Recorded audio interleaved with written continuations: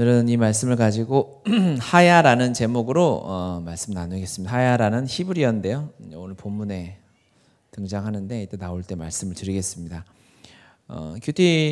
에스겔 큐티를 하고 있는데 저도 에스겔서가 좀 쉽진 않잖아요. 그런데 이번에 큐티하면서 느낀 건 에스겔이 그렇게 어렵지 않구나라고 생각을 했어요. 다들 좀 쉽게 큐티를 이런 분이 아닌가요? 생각보다 좀 쉽다라는 느낌이 많이 들었던 것 같은데 말씀을 들어갑시다. 2절에 보면 호응이 전혀 없네요. 아버지가 신 포도를 먹음으로 그의 아들의 이가 시다. 이제 이런 우리나라에는 전혀 이런 속담이 없잖아요. 그렇죠? 그런데 이스라엘은 이런 속담이 있었고 예레미야에도 이 구절이 한 번 더 나오죠. 에스겔에도 나오는 걸 보면 그들 안에 이런 속담이 있었어요. 아버지가 신포도를 먹었어요. 그런데 아들의 이가 시다. 왜 이런 속담이 있었냐면 성경을 보면 하나님의 말씀이 부모와 자녀에 관한 말씀, 율법이 굉장히 많잖아요. 그러니까 말씀은 아이들을 대상으로 한 말씀보다 이스라엘 백성들, 어른들을 대상으로 하나님이 율법을 주셨잖아요. 너희들이 잘 살고 잘 지켜야 너희 자녀들이 똑바로 살 것이고 행할 것이다 라는 말씀들이 많습니다. 그러니까 이 말씀을 이제 어른들은 아멘하고 받아야 되잖아요. 그래, 내가 말씀을 잘 지키고 살아야 우리의 다음 세대가, 우리의 자녀들이 잘 살 거야 라고 이제 이렇게 생각을 하죠. 그런데 이런 말씀을 어른이 되기 전에 청소년들이나 이런 다음 세대들도 깨닫잖아요. 그렇죠? 그런데 그들이 죄인이잖아요. 그러면 생각이 드는 거죠. 내가 뭐 이런 일이 있어? 결국 말씀 보니까 부모가 율법을 자식에게 잘 가르쳤어야 되는데 이거 우리 아빠 엉터리 아니야? 우리 어른들은 엉터리 아니야? 결국 저들의 엉터리 같은 신앙이 내가 이렇게 된 거구나라고 탓하게 되고 오해하는 일들이 이스라엘 백성들 안에는 있을 수 있는 거죠. 많이 있었다는 거죠. 이런 속담들이 있었다는 걸 보면. 왜냐하면 하나님이 말씀은 어른들의 삶을 통해서 전해지도록 이렇게 계획되어 있기 때문에 그럴 수밖에 없는 거 아니겠습니까? 그래서 이 죄인들은 항상 이렇게 누군가를 탓하게 되는 거죠. 자기 스스로 내 것을 인정하지 않는 거죠. 나의 잘못을 인정하지 않고 누군가를 탓하는 그러한 문화들이 그들 가운데 있었던 거예요. 자신의 잘못을, 자신의 연약함을 내가 전적으로 깨닫고 회개하고 주님 앞에 나아가려 하지 않고 나의 실패, 나의 안타까움, 나의 어려움을 부모 탓을 하고 나 아닌 다른 것에 환경 탓을 한다든지 이렇게 탓을 하면서 하나님의 말씀 앞으로 나아가지 않고 다른 데로 이제 시선을 돌리고 내 마음에 이제 스스로 자위하는 거죠. 내 마음에. 그러면 죄인들은 다른 데 이유를 찾아야 자신의 죄책감, 죄를 저지르고 항상 이유를 대지 않습니까? 그런 행동이 이스라엘 백성들 가운데도 그대로 있었다는 거예요. 또 이런 사람들이 하는 행동이 뭐냐면 이제 부모를 탓하고 또 이제 문화를 탓하는 거죠. 이런 문화에서 내가 태어났기 때문에 이런 죄를 저지를 수밖에 없어. 지금 사회가 이런데, 그러니까는 아까도 우리 반호 순장도 얘기를 했지만 지금 세대가 아이들을 막 그냥 공부시키고 성공시키고 이런 문화로 가니까 엄마들 얘기하는 거 들어보면 이런 문화 가운데 어떻게 나만 안 하냐 이렇게 얘기를 하는 거예요. 그런데 그 얘기를 하는 의도에는 뭐가 있을까요? 이게 정말 바르고 의롭고 하나님이 기뻐하시는 건 아니라는 거는 아는 거예요. 그런데 다들 그렇게 하니까 어떻게 나만 안 그래? 라고 하면서 그러한 환경, 문화 탓을 하는 거죠. 죄인들의 특성입니다. 이렇게 다른 사람을 탓하고, 그래서 제가 복음 순교학교 때 항상 이야기하는 이 죄인들의 특성, 남을 탓하는 특성들을 보면 이 세상이 그렇게 결국 이 세상은 제가 복음에서 깨닫게 하는 것은 뭐냐면 이 세상이 문제가 아니라 지금 이 18장에서도 주님이 말씀하시는 게 뭐냐면 세상이 문제가 아니고 부모가 문제가 아니고 우리가 죄인으로 태어나서 죄를 지을 수밖에 없는, 죄에 반응할 수밖에 없는 인간이기 때문에 그렇기 때문에 그것이 문제라서 내 존재를 가지고 주님 앞에 나아가서 회개해야 한다라는 것이 하나님의 말씀이고 초청이고 이 복음이 우리에게 주신 은혜 아니겠습니까? 그런데 그들은 그렇게 하지 않는 거죠. 항상 탓을 하는 거죠. 세상 문화가 그랬던 거 아니겠습니까? 지금도 그 막 흉악범들이 나오면 뉴스에서 항상 그 사람의 과거를 찾고 그 사람이 가정이 혹시 불우하진 않았는가, 그 사람이 어떠한 행동을 하면서 어디서 다른 데서 상처를 받지는 않았는가, 이렇게 하면서 이미 뉴스나 언론에서 그 사람의 죄인됨을 그 사람의 존재에서 보려 하지 않고 다른 문화에서 찾으려고 하는 거예요. 그렇게 하면서 해결책을 잘못 제시하는 거죠. 진짜 해결책은 뭐죠? 무엇이든지 잘못하면 하나님 앞으로 돌아와서 죄를 지으면 주님 앞에 여기 하나님이 해결책을 주시잖아요. 그렇죠? 부모를 바꾸라고 하지 않고 9절에 내 율례를 따르고 진실하게 그 안에서 행해야 된다라고 주님 말씀하시는 것처럼 해결책은 뭐냐? 그러한 그 사람의 돈이 없어서 자살하는 사람들이 많으니까 사회 안전망을 확충하면 그렇게 되나? 그러한 사회가 약간 문명화되고 교육 수준이 높아지고 하면서 죄가 줄어드는 것 같잖아요. 우린 그렇게 착각을 해요. 왜냐하면 우리가 그렇게 이 문화와 언론이 미디어가 우리를 그렇게 교육시켰어요. 그런데 죄가 그렇게 가려질까요? 그건 여러분 다 동의하시죠? 죄는 아프리카에 갖다 놔도 죄인은 죄인으로 살고요.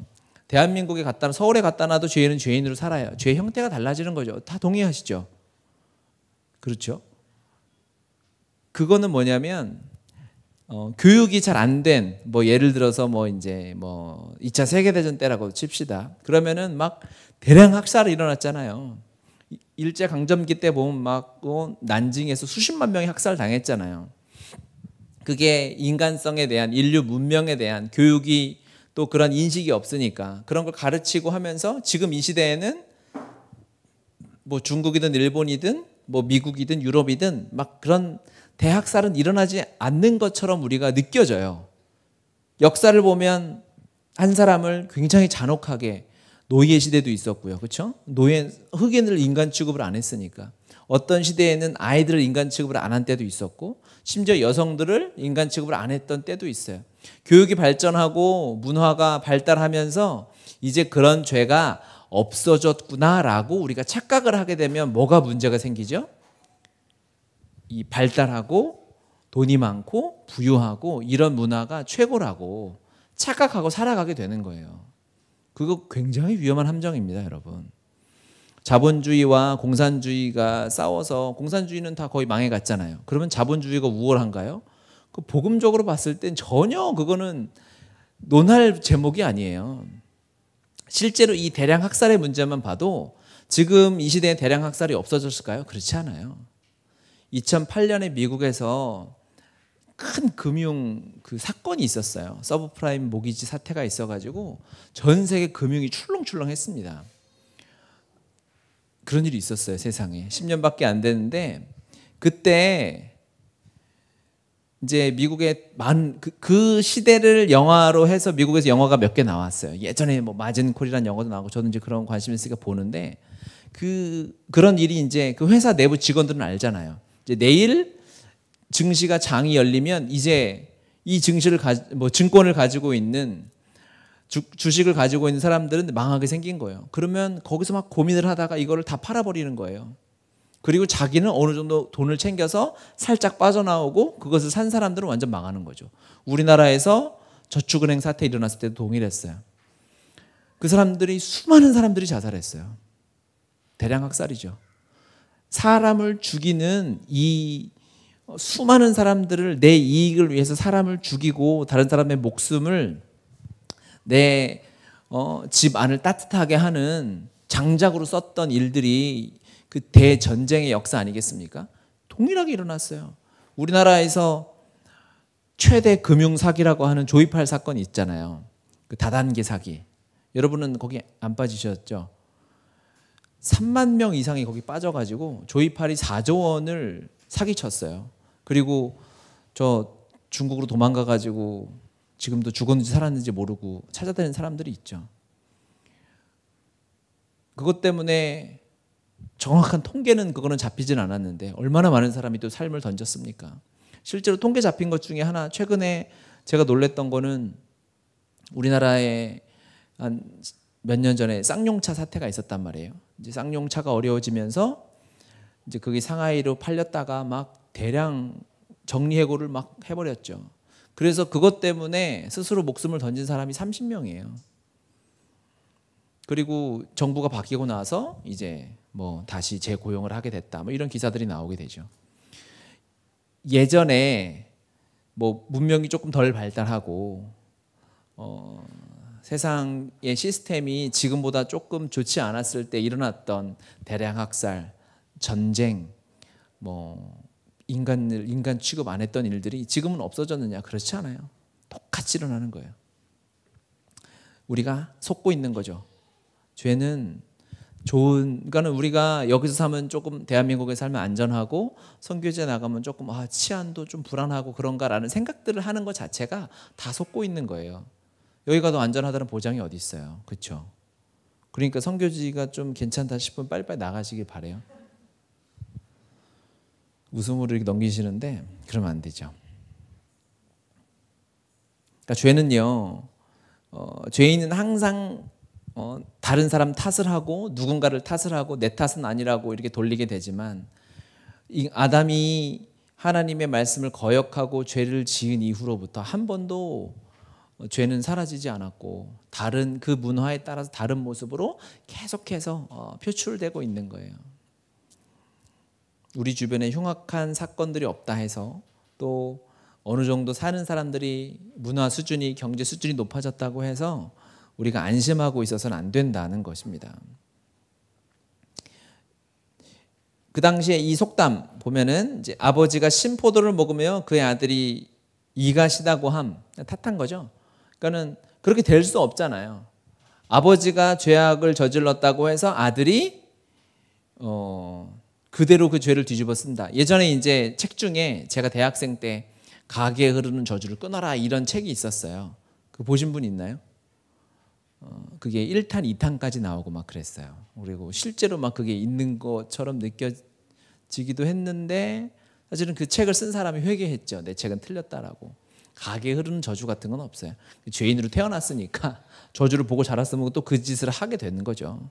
그러니까 우리는 이제 그게 맞는 것 같잖아요. 막 폭력적인 아버지 밑에서 자란 아이가 폭력적이 되는 것 같으니까, 이게 그 가정에 임한 무슨 폭력의 저주가 자식에게 흘렀나 이렇게 착각할 수 있는데, 그것이 아니라 죄인이니까 죄를 학습하게 되는 것입니다. 그렇게 탓할 것이 아니고 반대로 생각해 볼 수 있는 거예요. 아버지가 믿음이 좋으면 자식도 그냥 나도 평탄하게 믿음이 좋은가? 라고 생각할 수 있는 거죠. 이게 저주가 나한테 영향을 끼쳤다라고 착각하고 살아가는 사람은 동일하게 생각할 수 있는 거예요. 우리 아버지가 다윗 정도 되면 자식이 똑같이 그 믿음으로 살 수 있냐? 그럴 수 없잖아요. 계속해서 에스겔에서 경고하지 않습니까?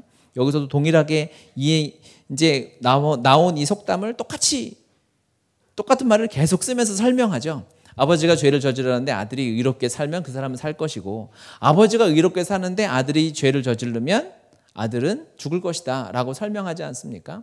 아버지의 믿음이 좋다 해서 그의 가정이 아주 기독교적인 가정이라고 해서 자식의 믿음이 보장될 수 없다는 것입니다. 즉, 그 얘기를 우리가 어떻게 적용할 수 있을까요? 내가 다니는 교회가 하나님이 보시기에 기뻐하시는 교회라고 해서 내 믿음도 하나님 보시기에 기뻐한다라고 착각하지 말라는 거예요. 제가 문화 얘기했잖아요. 그렇죠? 문화가 악하다고 탓하는 똑같아요. 문화가 좋다고 내 믿음이 거기에 똑같을 거라. 믿음은요, 익숙한 것이 아니에요. 믿음은 감정이 아니에요. 믿음은 하나님 앞에 너무나 정확한 것입니다.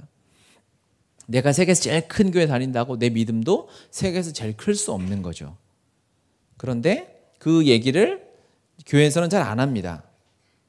괜히 그런 얘기 했다가 나가면 안 되니까. 그래서 여기 있으면 다 믿음이 좋은 것처럼 얘기해요. 그럴 수 없어요. 성경에서는 그걸 경고하고 있는 거예요. 말씀이 깨어있고 성경적이고 투명하고 건강한 교회, 세상에 악한 교회도 많은데 그 교회보다 내 교회가 좋은 교회구나, 이렇게 될 일이 아닌 거라는 것이죠. 믿음은 익숙한 것이 아닙니다. 하나님 안에서 철저하게 1대1 관계로 내 믿음이 하나님의 말씀 앞에 서 있어야 한다라는 것입니다.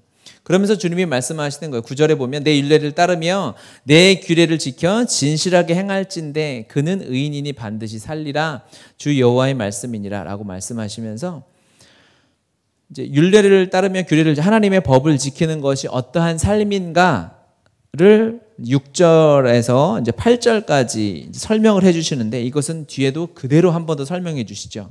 그걸 좀 이제 나눠야 되겠는데 6절 보면 같이 한번 읽을까요? 6절 산 위에서 제물을 먹지 아니하며 이스라엘 족속의 우상에게 눈을 들지 아니하며 이렇게 얘기합니다. 산 위에서 제물을 먹지 아니한다는 건 뭐냐면 그 당시에 우상에게 절하는 산당들이 우상에게 절하는 신전 같은 데는 산에 있었어요. 그러니까 산에서 제물을 먹는다는 것은 우상 숭배하는 걸 얘기하는 겁니다. 그걸 똑같이 쓴 거죠. 그러니까는 하나님의 말씀을 따르는 것은 뭐냐면 세상의 우상에게 하나님 이외에 다른 신을 섬기는 짓을 하지 말라는 거예요. 산 위에서 제물을 먹으면 그들이 무엇을 했을까요? 굉장한 안정감을 누리고 기뻤겠죠. 그렇죠? 그것 때문에 우상 숭배하는 거 아니겠습니까? 하나님 이외에 다른 것에서 안정감과 기쁨을 찾는 것이 우상 숭배입니다. 절에 안 가는 것이 우상 숭배 안 하는 것이 아니라 그렇죠? 우리가 그렇게 적용을 날카롭게 해야 되는 거예요. 여러분 스스로 이 말씀이 지금 그 말씀인 거잖아요. 그냥 뭉뚱그려서 그래도 내가 주일 성수도 잘하고 순종해서 헌금도 잘하고 봉사도 하는데 이 정도면 괜찮은 거 아니야? 라고 하는 것이 아니라 실제로 우상 숭배했던 자들처럼 우리의 마음과 기쁨과 안정감을 그 세상에 두지 말라. 하나님 위에 다른 것에 두지 말라라고 하나님께서 경고하시는 것입니다. 그러면서 두 번째 경고는 뭐냐면 이제 음란의 죄에 빠지지 말라는 것이죠. 여전히 그 당시에도 음란의 죄는 이스라엘 백성들을 잡아먹고 있었습니다. 7절 나오면 이제 6절은 뭐냐면 이제 하나님을 향한 믿음을 얘기하는 것이고 두 번째는 이제 음란에 대한 경고. 바울의 많은 편지에서 죄에 대해 경고할 때 첫 번째 나오는 게 거의 음란이지 않습니까? 하나님 이 구약 시대도 마찬가지입니다. 음란의 죄에 빠지지 말아라 라고 말씀하시는 거예요. 기준은 신약 같은 기준이 잠자리를 하고 말고가 아니라 그 마음에 네 생각에 그런 음란함을 품지 말라는 것이죠. 우리 스스로에게 적용을 잘 하셔야 돼요. 여기서 뭐 디테일하게 예를 들기가 좀 어렵네요. 그러니까 각자 적용을 아주 날카롭게 하시기 바랍니다. 7절 사람을 학대하지 아니하며 라고 했는데 뭐 여기서 사람 학대하는 사람은 없죠.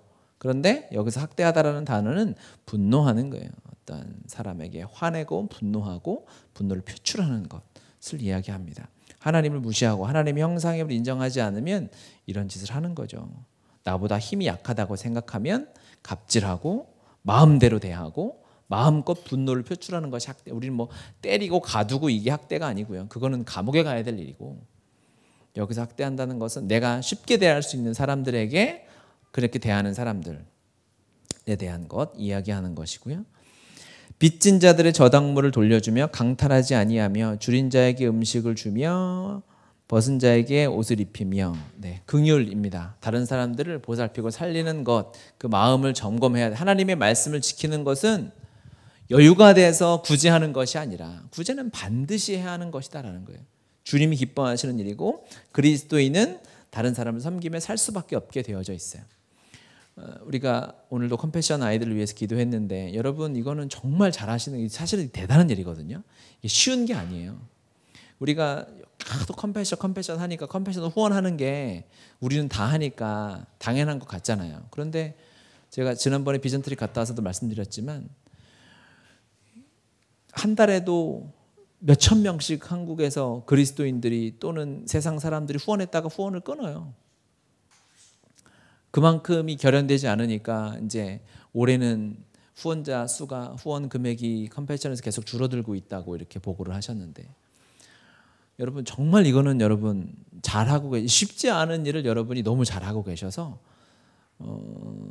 이렇게 긍휼을 베푸는 사역 하나님의 마음으로 섬기고 긍휼을 베푸는 사역은 여러분 스스로 좀 쓰담해도 되는 사역입니다. 이따 기도할 때 스스로 이렇게 안수 한 번씩 정말 잘하고 계시고 여러분 축복합니다. 정말 잘하고 계시는 겁니다. 그리고 8절에 보면 별일을 위하여 꾸어주지 아니하며 이자를 받지 아니하며 라고 합니다. 그러니까 돈 꾸지 말고 이자를 받지 말아야 되는구나 라고 생각하는 것은 맞을까요? 틀릴까요? 맞습니다. 당연히 그거는 그렇게 하지 말아야 되는 것은 맞는 것이고 거기서 멈출 것이 아니라 별일을 위하여 돈을 꾸어주고 이자를 받으면 어떤 일이 생길까요? 내 일하는 것을 열심히 안 해도 돼요.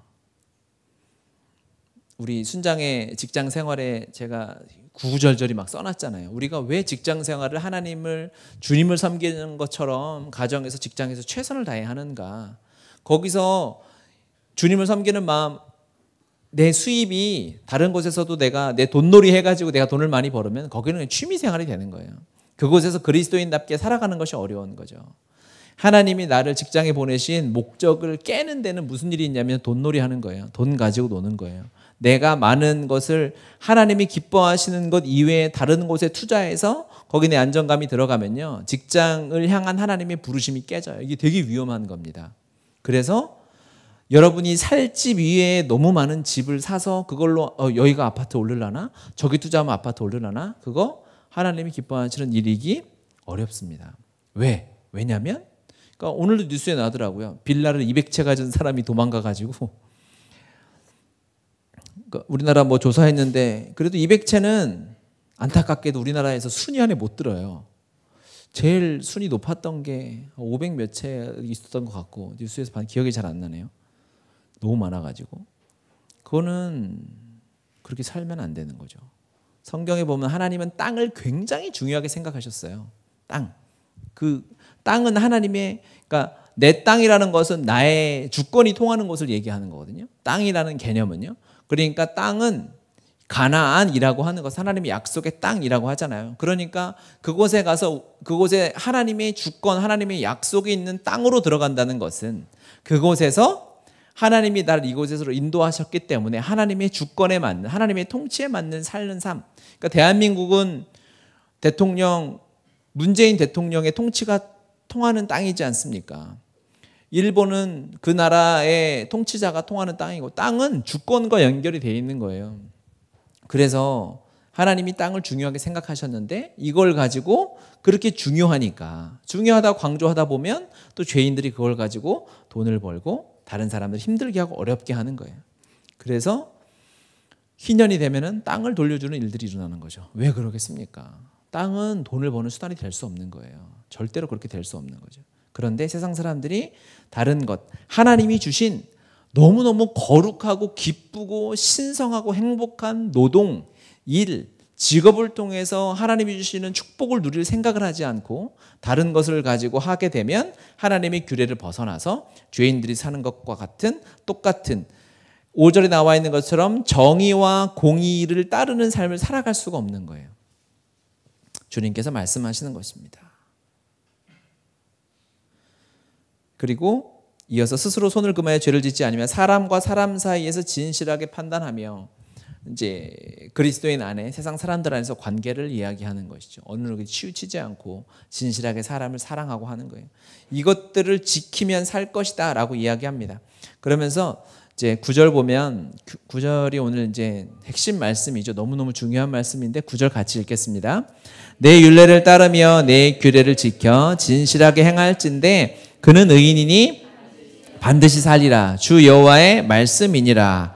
아멘. 아멘. 자, 하나님의 법, 율례와 규례를 지켜 진실하게 행하라라고 나오는데 지키다라는 단어는 원어를 보면 울타리치다 이런 뜻이에요. 그리고 행하다라는 단어는 걷다라는 단어입니다. 그러니까 주님의 말씀이 쳐주시는 울타리 안에서 그 안에서 걷는 거죠.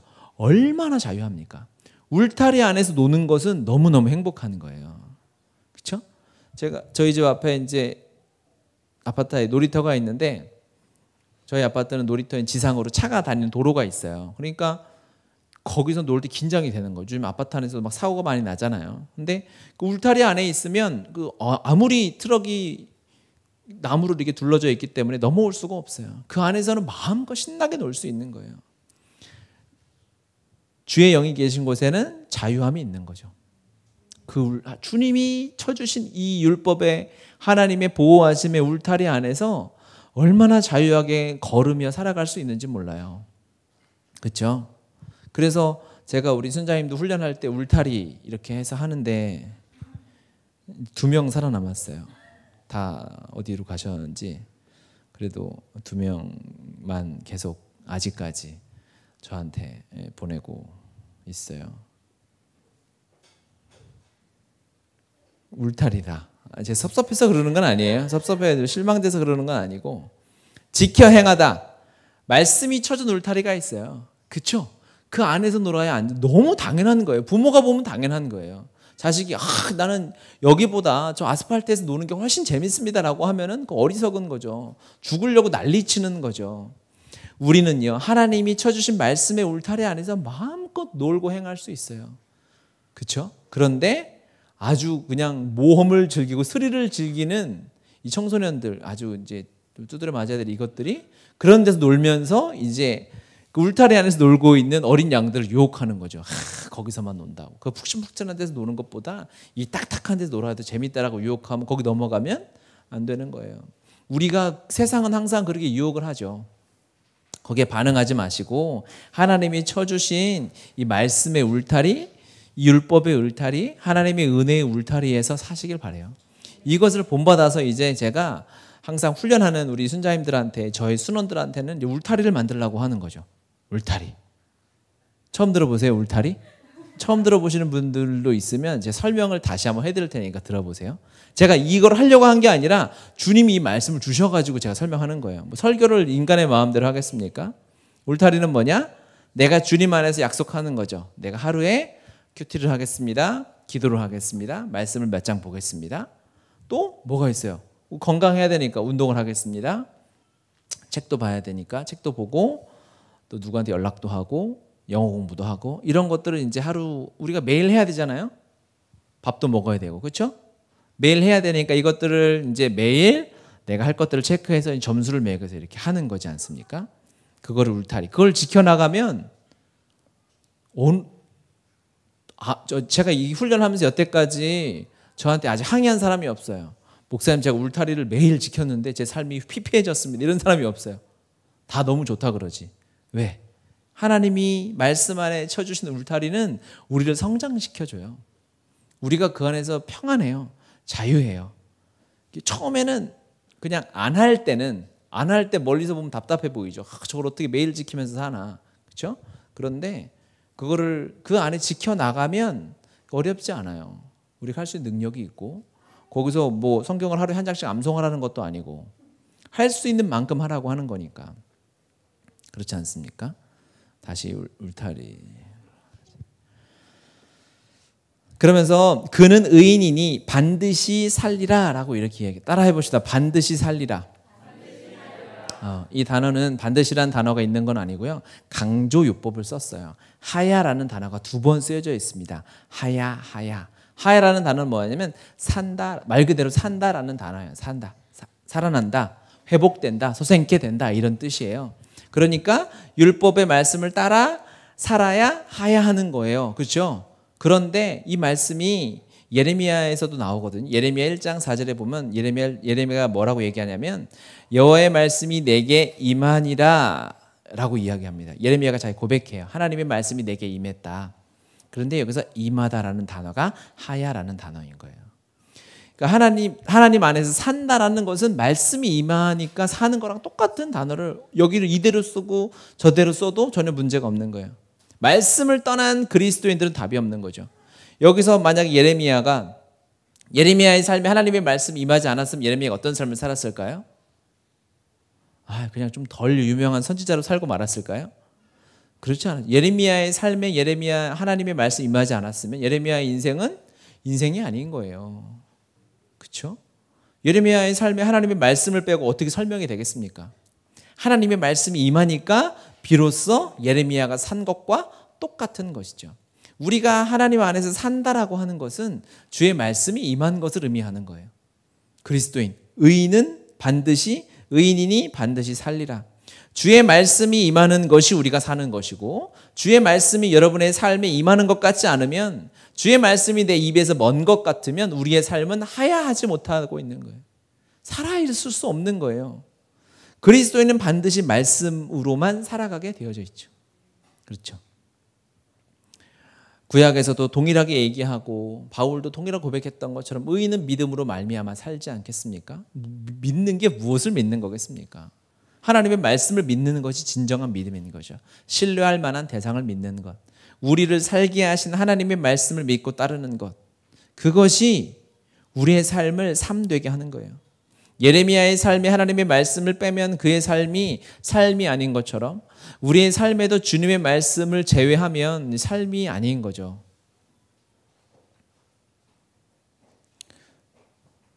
자주 이 결론이 나와서 미안하긴 한데, 그래서 아침마다 묵상하지 않고 하나님의 말씀 안에 거하지 않으면 사는 게 아닌 거예요.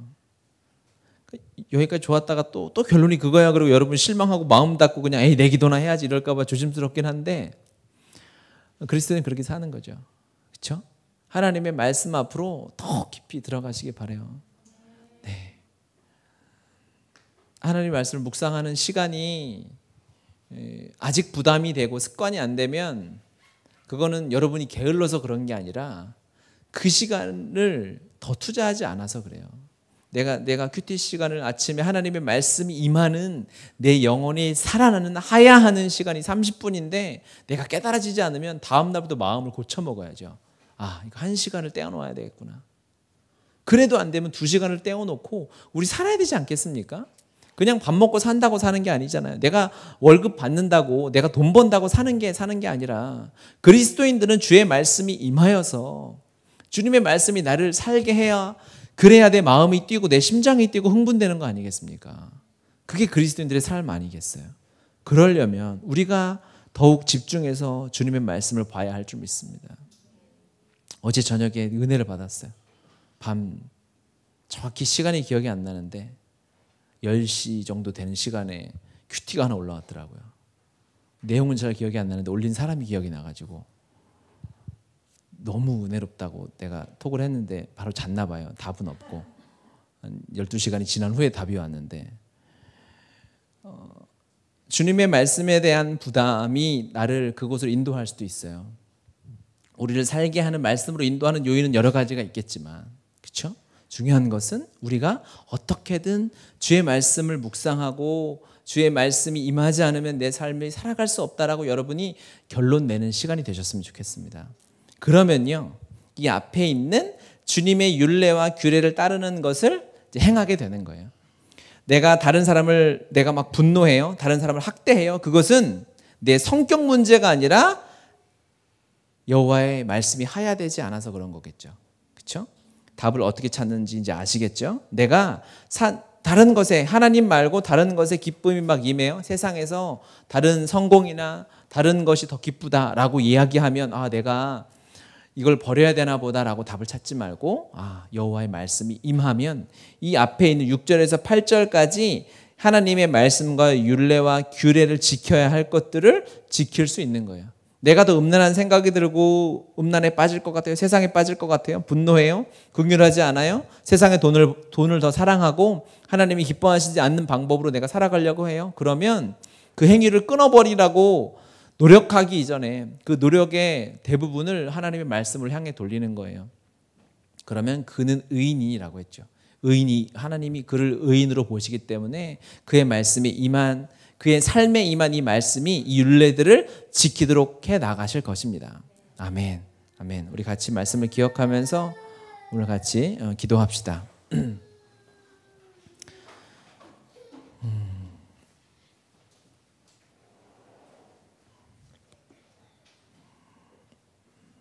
주님은 주의 말씀 우리에게 하야하게 하실 것입니다. 그걸 하나님 기뻐하시는 뜻이라고 믿습니다. 우리가 기도하고 구하면 하나님 아버지께서 우리의 삶에 임하시는 주의 말씀을 반드시 누리게 할 줄 믿습니다. 우리가 그동안 안주했다면 교회에 나오고 내가 신앙생활을 하고 종교생활을 하기 때문에 내 신앙이 하나님 앞에 건강한 것이 아니라 하나님 안에서 내가 오직 주의 말씀을 바라보고 예레미야의 삶의 말씀이 임하여 그가 살았던 것처럼 우리도 그런 삶으로 나아가도록 기도해야 될 줄 믿습니다. 하나님의 말씀을 더욱 구하며 기도하십시다. 그리고 이 시간 또 여러분 개인적으로 가지고 온 기도 제목, 또 간구 제목, 다른 사람을 위한 중보 제목 다 가지고 주님 앞에 우리 함께 기도하겠습니다. 한번 자리에 일어나실까요? 다 같이 일어나셔서 제가 함께 기도하겠습니다. 전사님과 함께 여러분 같이 안수하고 같이 기도하겠습니다. 우리 주여 삼창하시고 주의 말씀 기억하며 내 기도 제목을 주님 앞에 가지고 나가서 함께 기도합시다.